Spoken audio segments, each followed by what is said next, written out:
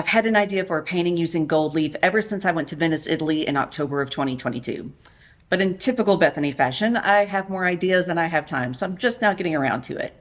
Since this painting is going to be done in oils, it's going to be many, many months before it's finished, so I want to go ahead and show you this part of the process. So, time for another fun size art lesson.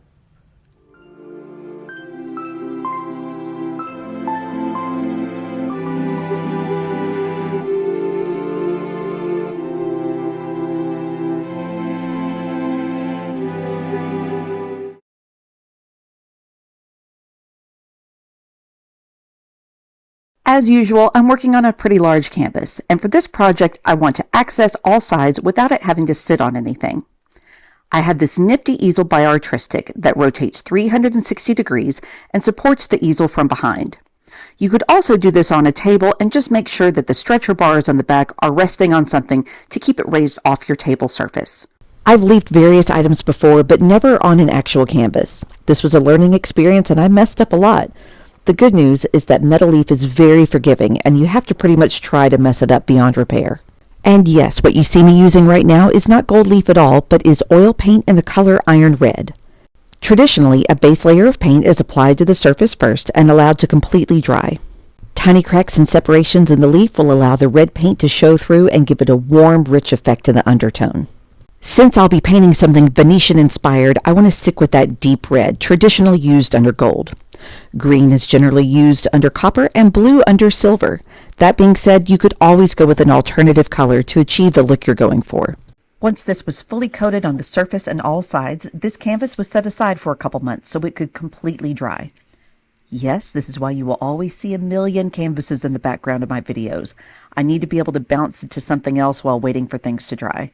I'm using an old world leafing kit that I picked up at Plaza Art. It comes with pretty much everything I need. It has the size adhesive, a sealer, the booklet of gold leaf, brushes, and a cloth for burnishing. Due to the size of this canvas, I'm going to be using 2 kits. Now that the paint is dry, I can go on to the next step, which is applying the size adhesive. Size adhesive is just a fancy word for glue. I probably should have used a larger brush for this step, and it certainly would have gone faster, but I didn't want to risk ruining one of my better brushes since this is glue and one that dries very quickly.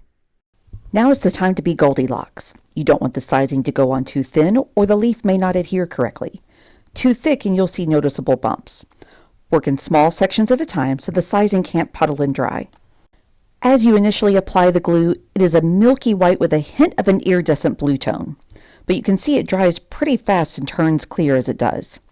Once it is fully dry, I can move right on to the leafing step. The size does remain sticky for a long while, but I don't want to wait so no dust settles into the adhesive. And finally, the leaf.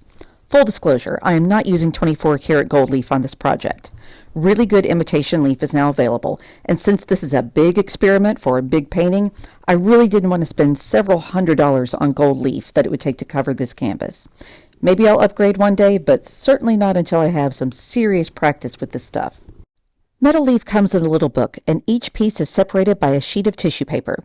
It slides out and right onto your surface. Right off the bat, I messed up the placement of this first piece. But once it's down, there's really no pulling it back up to reposition. You just kind of have to go with it. But the good news is that I can absolutely patch these gaps later.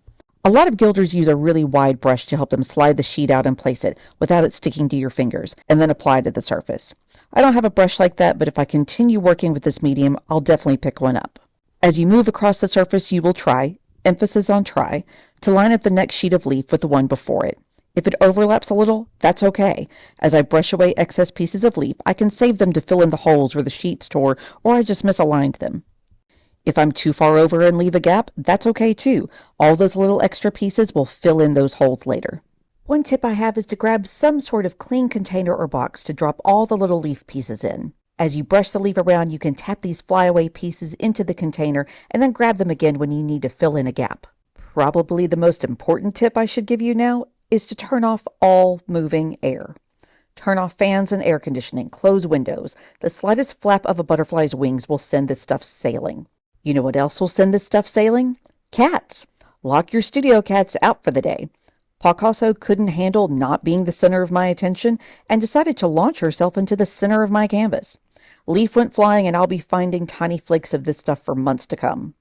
Her monster paws did cut into the leaf as she fell down, but I'm not going to bother to patch these spots up.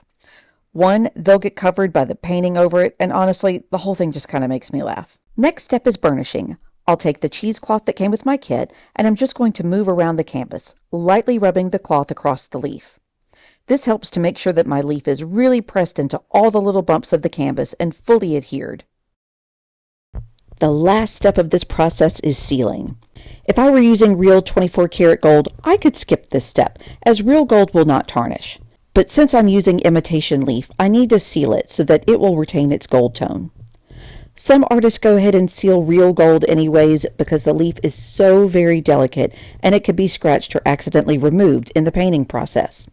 I'm using a varnish brush and putting a nice even coat across the entire surface. As soon as this first coat is dry, I'm adding a second coat for full coverage. Be sure to wash your brush as soon as you're finished so it doesn't dry into a brick. And finally, more than 3 months since I first started, this canvas is now ready for paint. Told y'all, I've got too many big ideas that take way too long to execute. So far, so good. I would definitely do several things differently, but mistakes equal learning, so I'm okay with that. And I can cover most of the goofs with paint anyways. It'll be fine. Let me know what you'd like help with next. Have a great weekend. Yeah, you signed it. There's your mark.